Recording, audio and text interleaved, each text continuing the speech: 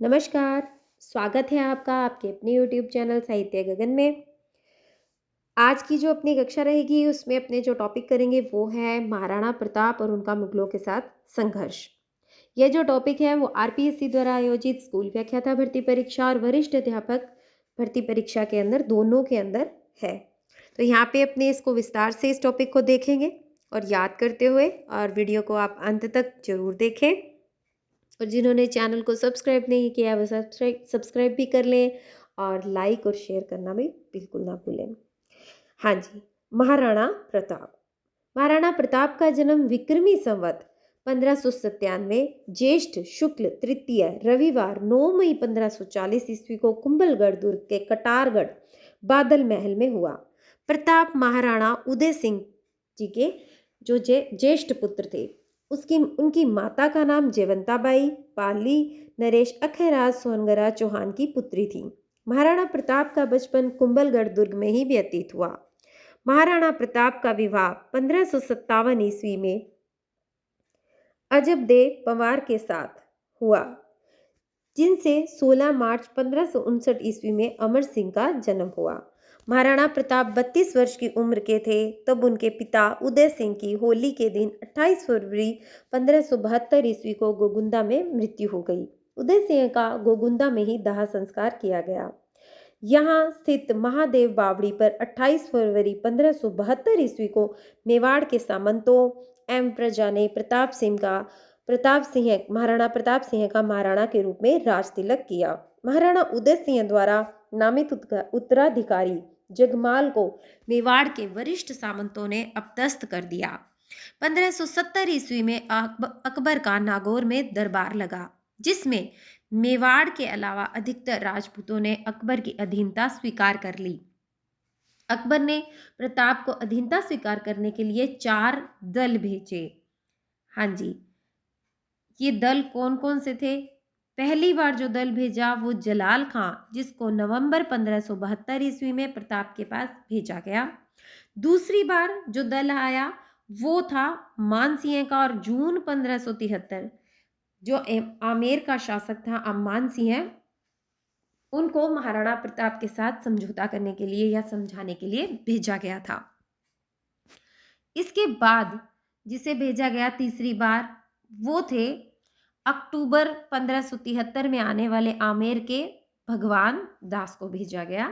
और चौथी बार जो आए वो दिसंबर 1573 ईस्वी में टोडरमल, उनको भेजा गया महाराणा प्रताप को अकबर की अधीनता स्वीकार करने के लिए। इसके लिए अपने यहाँ पे एक छोटी सी ट्रिक याद करते हैं, वो है जमा भट्टो।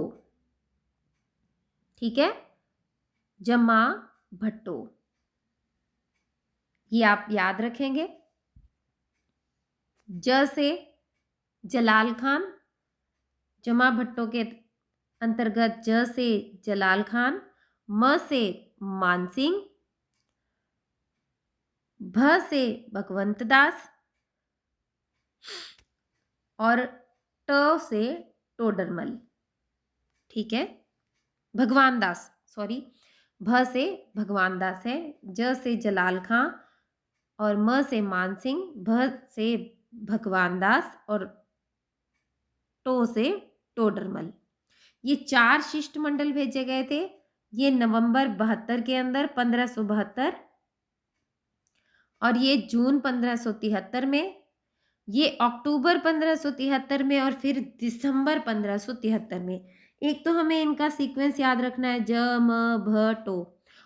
उसके बाद अपने को इनकी सन भी याद रखने हैं, कब कब भेजे गए थे। इनको क्या कहा गया? ये 4 शिष्टमंडल कहलाए, जो कि महाराणा प्रताप को समझाने के लिए भेजे गए थे अकबर की ओर से। ये जो चारों शिष्टमंडल थे ये उन्हें समझाने में, मतलब अकबर की अधीनता स्वीकार करने में असफल रहे थे। तो अकबर ने प्रताप को युद्ध में बंदी बनाने की योजना बनाई थी। बंदी बनाने की योजना अजमेर में स्थित किले में बनाई गई, जिसमें आज संग्रहालय स्थित है, तथा अंग्रेजों के समय का शस्त्रागार होने के कारण इसे मैगजीन भी कहते हैं। आप अजमेर कभी जाएं तो वहां पे ये है, मैगजीन का किला इसको कहते हैं। अकबर ने मान सिंह को इस युद्ध का मुख्य सेनापति बनाया तथा मान सिंह का सहयोगी आसफ खां को नियुक्त किया गया। अभी हमसे पूछ सकते हैं कि इस युद्ध के अंदर मानसिंह तो मुख्य सेनापति थे, उनका जो सहयोगी कौन था, वो था आसफ खां।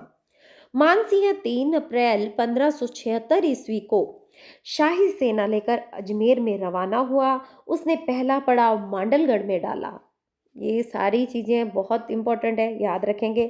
2 माह तक वहीं पर रहा। उसके बाद वह आगे नाथद्वारा में लगे हुए खमनोर के मोलेला नामक गांव के पास अपना पड़ाव उन्होंने डाला। उधर इस शाही सेना के आगमन की सूचना महाराणा प्रताप को मिल गई थी। महाराणा प्रताप ने गोगुंदा और खमनोर की पहाड़ियों के मध्य स्थित हल्दी घाटी नामक तंग घाटी में अपना पड़ाव डाला।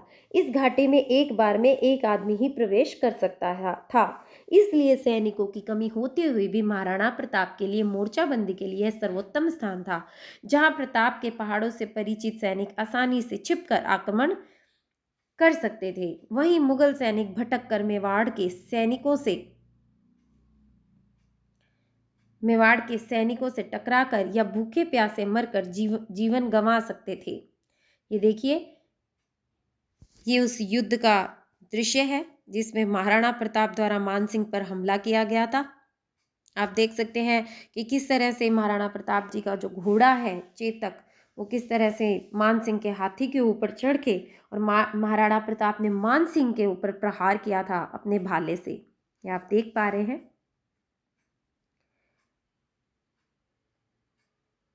हाँ जी,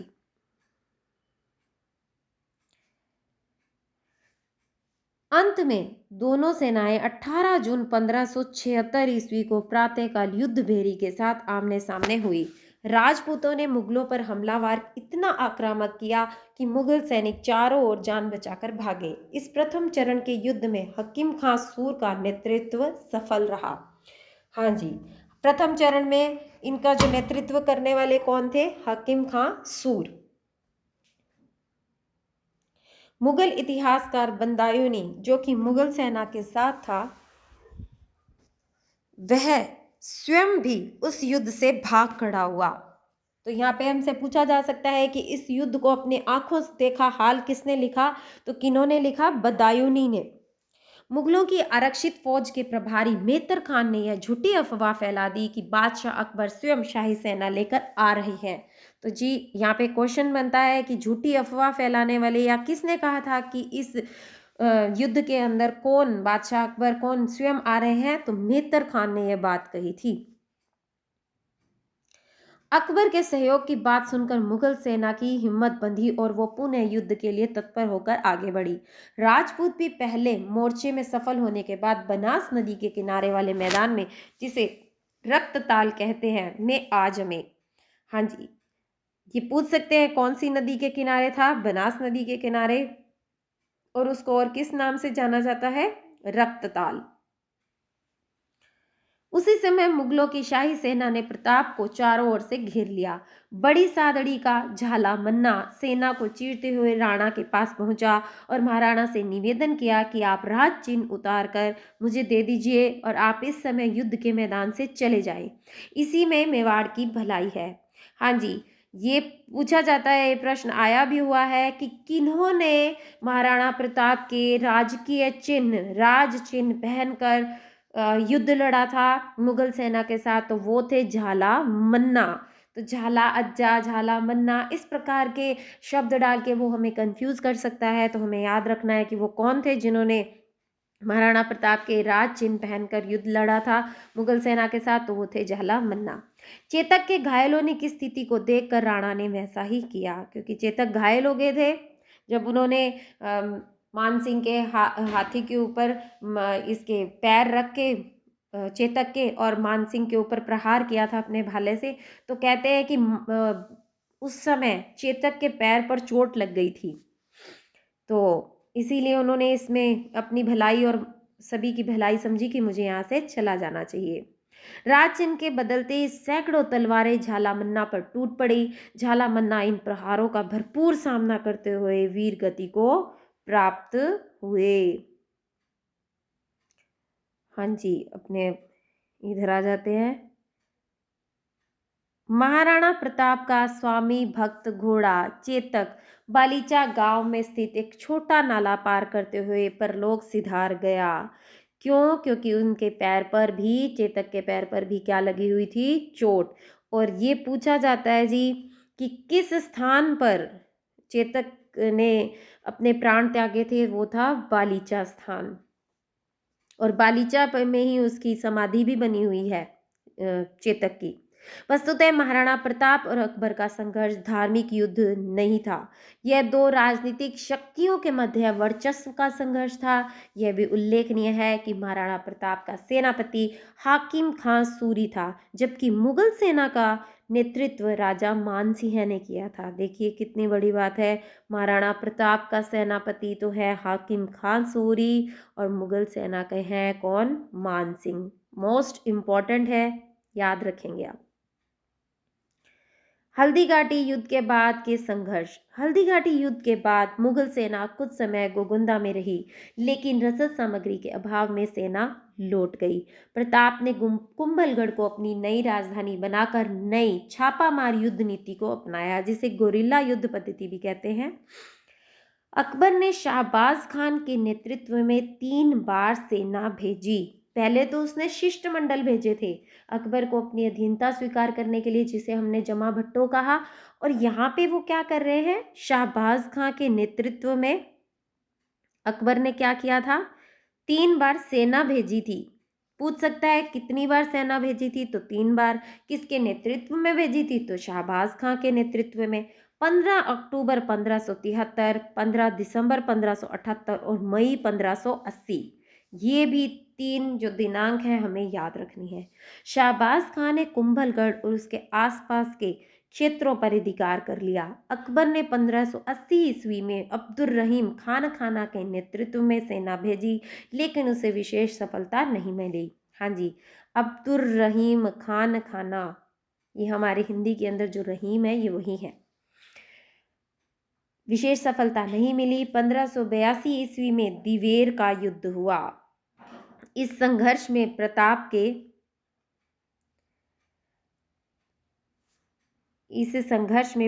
के पुत्र अमर सिंह ने शाही सेना पर धावे बोले और विजयी रहा। इसके बाद कुंभलगढ़ पर भी अधिकार कर लिया। प्रताप की गतिविधियों को रोकने के लिए अकबर ने जगन्नाथ कछवाहा के नेतृत्व में सेना भेजी। प्रताप पुनः पहाड़ियों में चले गए।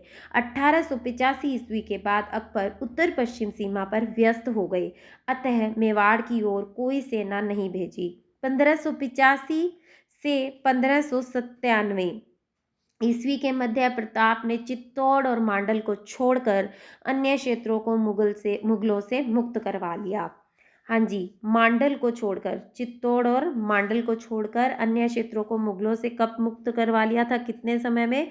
1585 से लेके 1597 तक।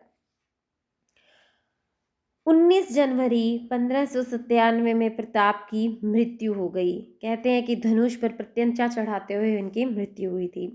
प्रताप की मृत्यु का समाचार अकबर के कानों तक पहुंचा तो उसे भी बड़ा दुख हुआ। इस स्थिति का वर्णन अकबर के दरबार में उपस्थित दुर्साड़ा ने इस प्रकार किया।